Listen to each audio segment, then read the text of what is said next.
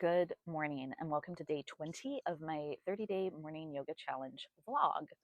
If this is your first time joining me today, my name is Carrie Ann. I'm a 200-hour registered yoga teacher, and I hold yin and restorative certifications. I'm also a neurodivergent and queer affirming life coach. Welcome to my channel. Before we get started, if you could hit that like and subscribe button down below, it'll help me grow my channel, expand my reach, and connect me with folks who might enjoy my content. So let's get into it. Today's theme is heal, and in the yoga practice, which will be linked in the description below, we do a restorative practice. Restorative, if you've never done it before, is, and I mentioned this in a previous vlog video, but restorative is all about sinking into and relaxing into the poses. And I feel like I'm just not feeling 100% this morning. I was feeling really congested and just overall blah. And so I knew I needed to just listen to my body and do my yoga practice in a way that was nourishing and healing for myself.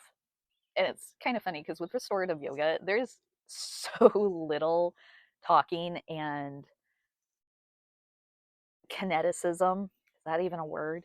It's not a very kinetic practice. It is all about just being with your body, being with your mind, clearing out the mind, letting yourself just be in the moment. So I know it's not really interesting to watch as a video, but at the same time, it is such a nourishing practice. You know, if you just lay there, and I don't know if you can hear the birds in the background while I'm doing the practice, but it is just so soothing because you are in the present moment. You are just being alive. That's such a great Sondheim song. Tangent. I love Sondheim. I have my Sondheim coffee mug today, which my husband bought me. But yeah, just having that space to just be present in the moment, that's what we are striving for in yoga. That's what we've been talking about with the yamas and the niyamas, is just learning to accept the moment as is. Even if it's not perfect, even if it doesn't quite look or feel right, you can still adjust and you can still be present in the moment and build and grow and move forward in your yoga journey. And when we're not feeling our best, it's really important to slow down and practice what we've been doing on and off the mat, and that is, nonviolence. Practice ahimsa, practice truthfulness, satya. Make sure that you know that being present in your body means that you have to be honest with yourself, even when you're not feeling 100%. And that takes us back to yesterday's practice too, that what we have to give is enough. If you're putting in effort into something, into a project, into feeding your family, like preparing meals for them, into working to put food on the table, into, keeping your house clean so that your family can stay healthy. All those things, you're putting forth effort. You're making a conscious effort, a conscious decision to do an action that will benefit yourself and others. And your efforts in doing that is enough. And in healing, in connecting with your needs in the moment, that goes back to brahmacharya, non-excess, moderation, taking what energy you currently have, your level, and being able to distribute that energy in a productive, effective way that also allows you to be kind, practice non-harming, practice ahimsa with yourself so that you can be better tomorrow, slowly improving. And healing looks different to different people. This could be, a physical illness. It could be you're just having some depression or anxiety and you need to take a moment to sit with those feelings, figure out where they're coming from, and reframe them as needed and move past them or let them go past you. So healing looks different.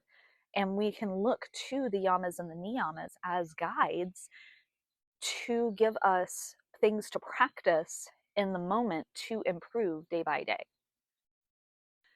And we've created this society in the US that is so production oriented. Everything that we do is tied to benefiting someone else.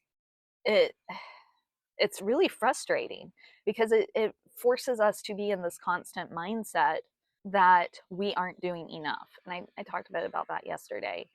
And it takes a toll.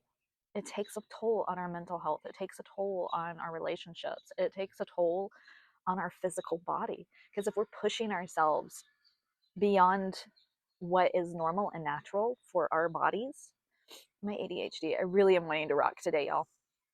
If we're pushing ourselves to the point of exhaustion, we aren't taking the time to do nourishing activities, it's going to catch up with us. And it usually does. And then for us neurodiverse folks, it usually comes in the form of we have a breakdown, some sort of breakdown, which forces us to take a look at our priorities, who we are, who we've been presenting to the world, and forces us to unmask ourselves too. So we need a toolbox full of creative ways to recalibrate ourselves. This could mean trying new things, which is, again, a big ask for some folks. It's hard to do new things. However, the more resources we have at our disposal in our toolbox helps to improve our quality of life. And there's a lot of resources, activities out there that are free. Breathwork is free.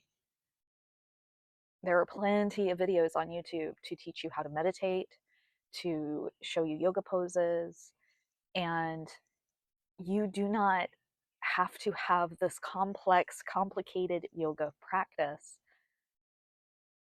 to nourish yourself. Walks in the woods, walk in your neighborhood.